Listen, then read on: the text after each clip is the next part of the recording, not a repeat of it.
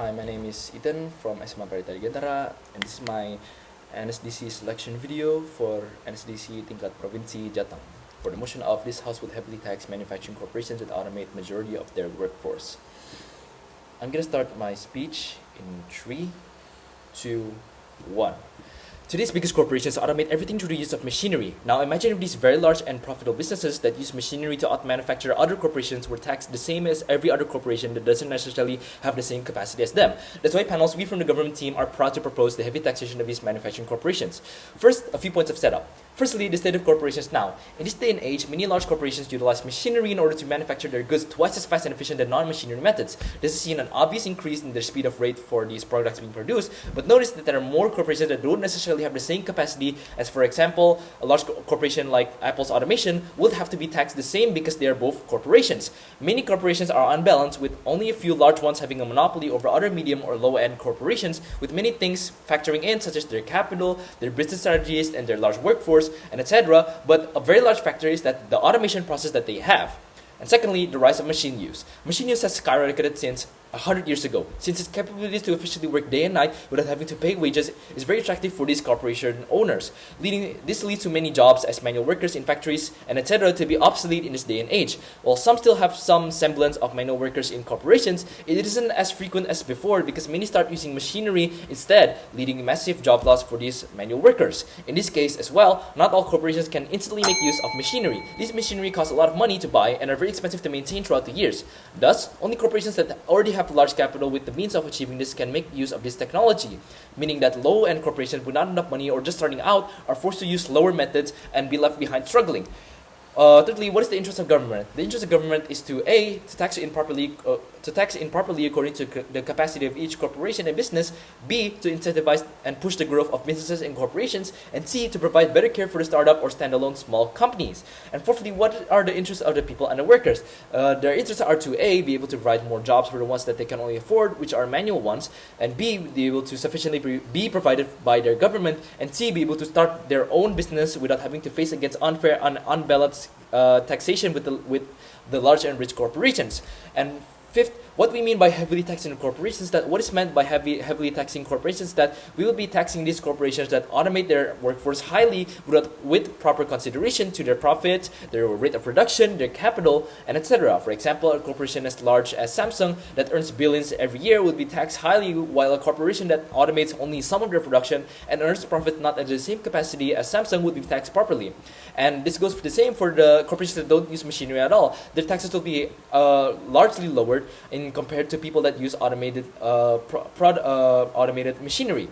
Now, moving on to the comparatives, that while on our worst case of the side of the house, that these corporations that are heavily taxed accordingly would get reduced costs for their machinery and their maintenance. At most, their capital and reserves are more machinery are just slowed down. And even so, this gives a chance for other small-time corporations to be able to catch up and grow.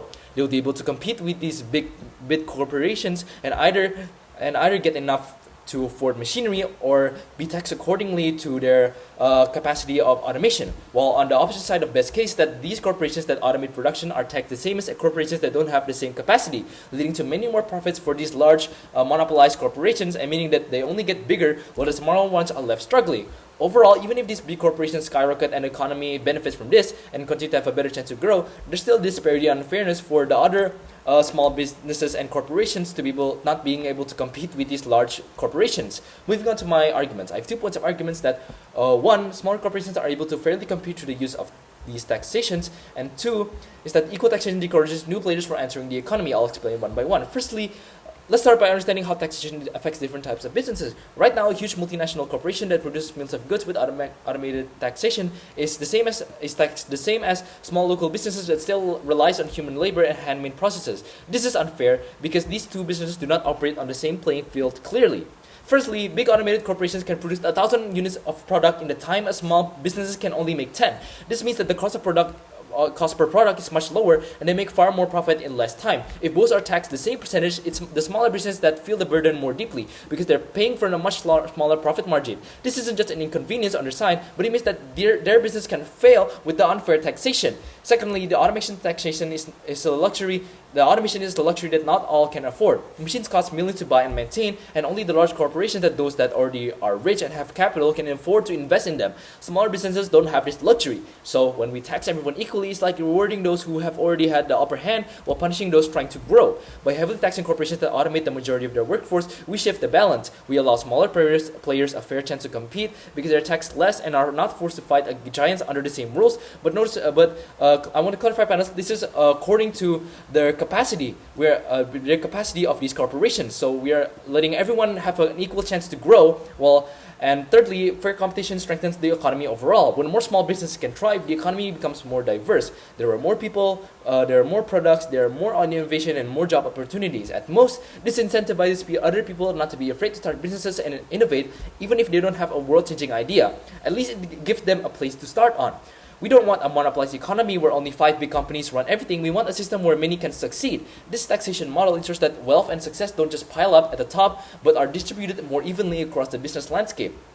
To my second point of argument, equal taxation discourages new players from entering the economy. Now, let's think about a young entrepreneur, for example, someone with a good idea, with passion, and some capital saved up. But as they start looking into starting to build a business, they realize that the market is dominated by these large companies that can produce products much faster and through cheaper through the use of automated machines. On top of that, they'll be taxed the same percentage despite producing way less. That's incredibly discouraging for these types of people. Firstly, this is because of the fear of failure due to the imbalance. Starting a business is already risky enough in this day and age. If new players know that they're up against automated giants who pay the same taxes but operate at 10 times their speed and scale, many simply will not even try to make businesses. Why compete if you're set up to lose, right? This taxation system tells them that unless you have machines and money, you don't belong in here. And that's toxic for economic growth for any body of government or for any country. Secondly, innovation dies when a small player disappears. Small businesses and startups are where most innovation comes from. They try new things, they take creative risk, and often cater to local or niche needs. Think of Apple or Samsung or Microsoft. They all start from small businesses, and that's where most of their innovation comes from. And they start later grow into large businesses.